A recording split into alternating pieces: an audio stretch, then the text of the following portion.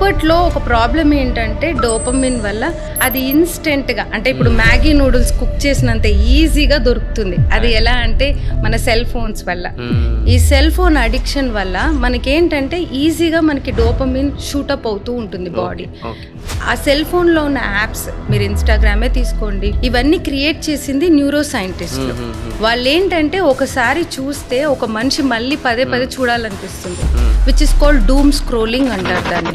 మనకి కోపం వచ్చింది, టెన్షన్ వచ్చేసింది అనుకోండి ఎవరిపైనైనా, వెంటనే ఏం చేస్తాం, స్వీట్ తినేయాలనిపిస్తుంది, స్మోకింగ్ చేసే వాళ్ళకి స్మోక్ చేయాలనిపిస్తుంది, తాగే వాళ్ళకి తాగాలనిపిస్తుంది. సో ఇవన్నీ ఒక రకంగా డోపమిన్ వాళ్ళంతల వాళ్ళు సృష్టించుకోవడం అన్నమాట. సో దీనివల్ల ఏమవుతుందంటే మన యాక్చువల్ గోల్స్ మూలకు పడిపోతాయి.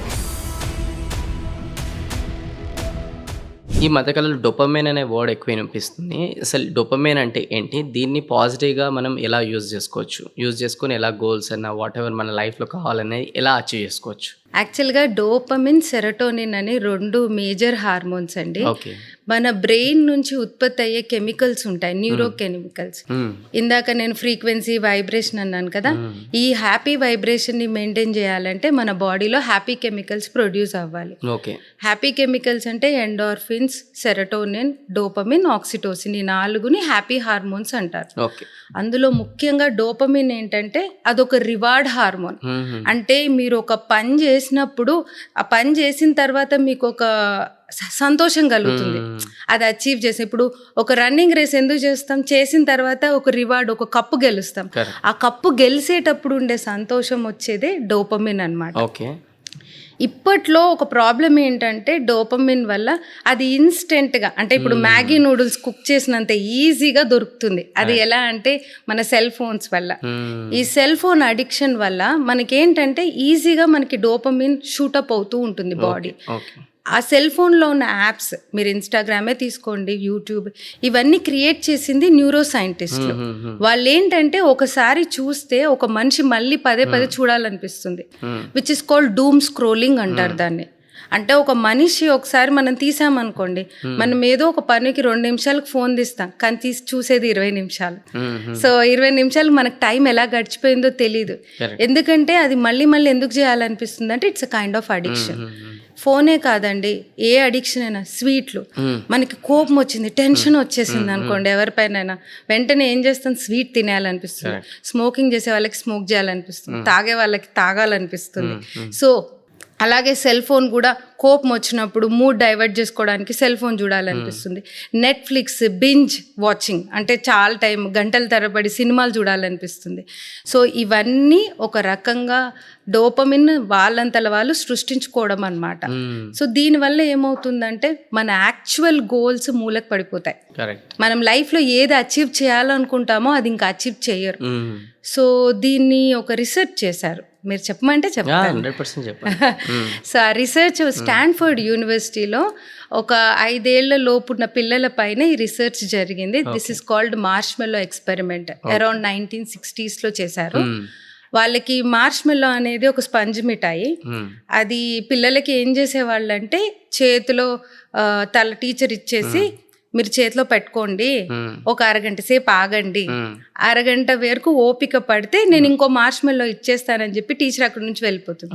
కొంతమంది పిల్లలు ఓపిక లేక డబ్బాల్లో నోట్లు వేసేసుకుంటారు, కొంతమంది పిల్లలు అలాగే రెండో మార్ష్మెల్లో గురించి వెయిట్ చేస్తారు.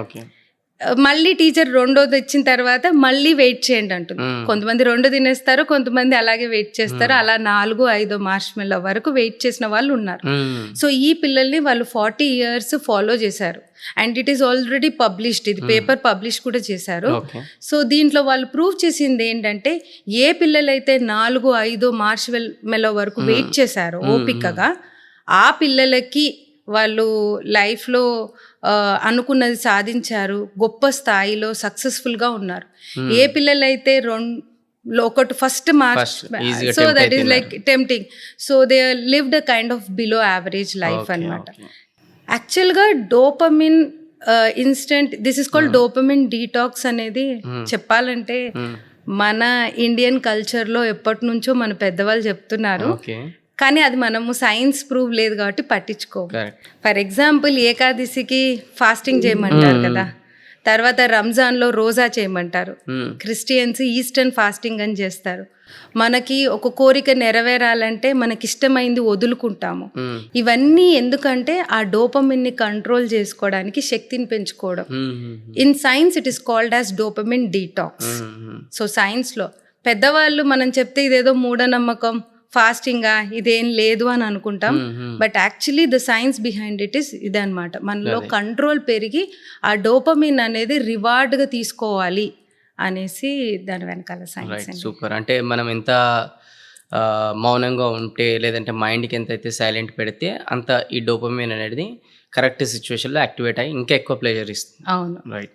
సో డోపమిన్ గురించి చాలా స్పష్టంగా క్లారిటీగా చెప్పారు మీరు, ఎలా యూజ్ చేసుకోవాలి, ఎలా అది పొందుతామని. అలానే సెరోటోన్ గురించి కూడా కొంచెం ఎక్స్ప్లెయిన్ చేయండి.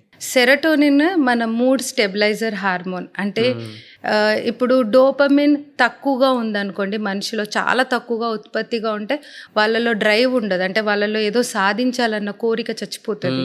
వాళ్ళు మోటివేటింగ్గా ఉండరు, ఎనర్జెటిక్గా ఉండరు, డల్గా ఉంటారు. అది సెరటోనిన్ ఏమో మూడ్ స్టెబిలైజర్. అంటే ఉన్నదాంతో సంతోషపడడం, కృతజ్ఞతా భావంతో ఉండడం. మనం అందుకే ఎప్పుడైతే గ్రాటిట్యూడ్, కృతజ్ఞతలు చెప్పుకుంటామో యూనివర్స్కి కానీ దేవుడికి కానీ, మనలో వచ్చే హార్మోనే సెరటోనిన్. ఒక 10 మందికి సహాయం చేసినప్పుడు మనలో ఒక సంతోషం వస్తుంది చూడండి, అది సెరటోనిన్ హార్మోన్. అంటే మనిషి నేను సంతోషంగా ఉన్నాను, నేను హ్యాపీగా ఉన్నాను అని చెప్పే హార్మోనే సెరటోనిన్. సో సెరటోనిన్, డోపమిన్ రెండు చాలా ముఖ్యం ఒక మనిషి మైండ్ సెట్ స్టేబుల్గా ఉండడానికి. సో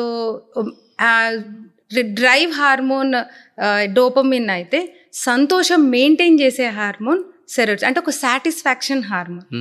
నా జీవితంలో అన్నీ బాగానే ఉన్నాయి, దేవుడు నాకు అన్నీ ఇచ్చాడు, నాకు సంతోషంగా ఉన్నాను అని మనస్ఫూర్తిగా కృతజ్ఞతలు చెప్పుకోవడమే సెరోటోనిన్ హార్మోన్. నైట్లో అలారం కూడా పెట్టుకుంటారు, పొద్దున్న కాగానే ఏమైపోతుందో తెలియదు, కానీ అలారం అనేది స్నూజ్ బటన్ నొక్కేసేసి మళ్ళీ పండుకుంటారు, మళ్ళీ నార్మల్ లైఫ్ అయిపోతుంది. ఇప్పుడు ఇది ప్రతి ఒక్కరి అనుభవమే. రాత్రి ఎలాగైనా నిద్ర లేవాలని రాత్రి అనుకోవడం, పొద్దున్న లేవలేకపోవడం. ఇవాళ ఎలాగైనా ఫాస్టింగ్ ఉండాలని అనుకోవడం, ఉండలేకపోవడం. డైటింగ్ చేయాలనుకోవడం, చేయలేకపోవడం. ఇలాంటివి చాలా నిర్ణయాలు తీసుకుంటాం. ముఖ్యంగా నిర్ణయాలు తీసుకునే సందర్భాలు కూడా కొన్ని ఉంటాయి. జనవరి 1 బర్త్డే రోజు, ఏదైనా ఒక స్పెషల్ రోజులు ఇలా చేస్తుంటాం.